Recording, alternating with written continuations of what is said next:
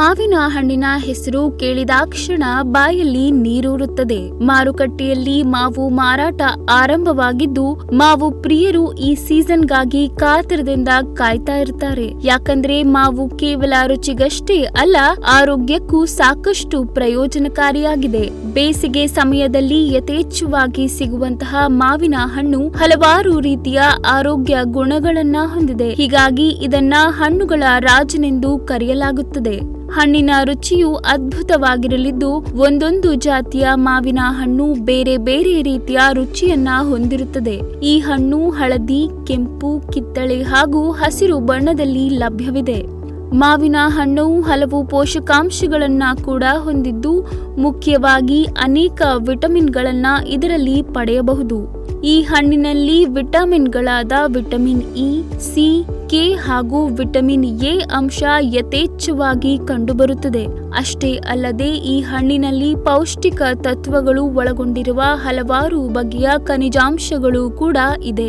ಹಳದಿ ಬಣ್ಣದ ಹಣ್ಣುಗಳನ್ನ ನೋಡಿದ ಕೂಡಲೇ ಅದರಲ್ಲಿ ವಿಟಮಿನ್ ಎ ಅಂಶವಿರುತ್ತದೆ ಎಂದು ಹೇಳಬಹುದು. ಮಾವು ಅತ್ಯುತ್ತಮ ವಿಟಮಿನ್ ಎ ಅಂಶವನ್ನ ಹೊಂದಿರುವುದರಿಂದ ದೃಷ್ಟಿಯ ಆರೋಗ್ಯ ಕಾಪಾಡುವಲ್ಲಿ ಬಹಳ ಪ್ರಯೋಜನಕಾರಿ. ಮಾವಿನಲ್ಲಿ ಸಕ್ಕರೆ ಅಂಶ ಜಾಸ್ತಿ ಇರುವುದರಿಂದ ಹಣ್ಣು ತಿನ್ನಲು ಬಹಳ ರುಚಿ.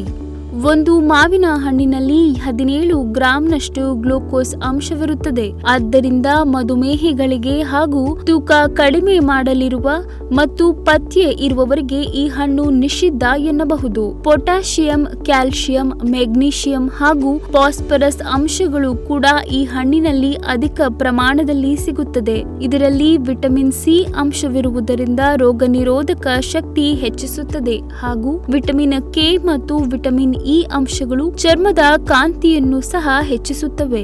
ನಿಯಾಸಿನ್ ಅಂಶ ಸಾಕಷ್ಟು ದೊರಕುವುದರಿಂದ ದೇಹದ ಆಯಾಸವು ಕಡಿಮೆಯಾದಂತಾಗುತ್ತದೆ.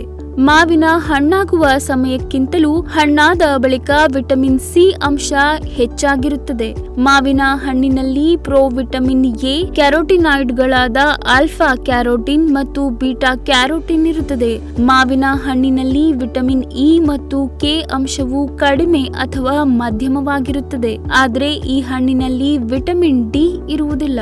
ಹಣ್ಣಿನಲ್ಲಿರುವ ಜೀವಸತ್ವಗಳಲ್ಲಿ ಥಯಾಮಿನ್, ನಿಯಾಸಿನ್, ಪಾಂಟೋಥೆನಿಕ್ ಆಮ್ಲ, ಪಿರಿಡಾಕ್ಸಿನ್, ಪಿರಿಡಾಕ್ಸಲ್ ಮತ್ತು ಪಿರಿಡಾಕ್ಸಿಮೈನ್, ಪೋಲೇಟ್ ಅಥವಾ ಪೋಲಿಕ್ ಆಮ್ಲ ಸೇರಿರುತ್ತದೆ. ಮಾವಿನ ಹಣ್ಣನ್ನ ಸಮತೋಲಿತ ಆಹಾರದಲ್ಲಿ ಸೇರಿಸುವುದರಿಂದ ಒಟ್ಟಾರೆ ಆರೋಗ್ಯ ಮತ್ತು ಯೋಗಕ್ಷೇಮಕ್ಕೆ ಉತ್ತಮ ಕೊಡುಗೆ ನೀಡುತ್ತದೆ. ಅದ್ಯಾಗೋ ಮಧುಮೇಹಿಗಳು ಹಾಗೂ ತೂಕ ಕಡಿಮೆ ಮಾಡುವವರು ನಿಯಮಿತವಾಗಿ ಸೇವನೆ ಮಾಡುವುದು ಅತ್ಯಗತ್ಯ.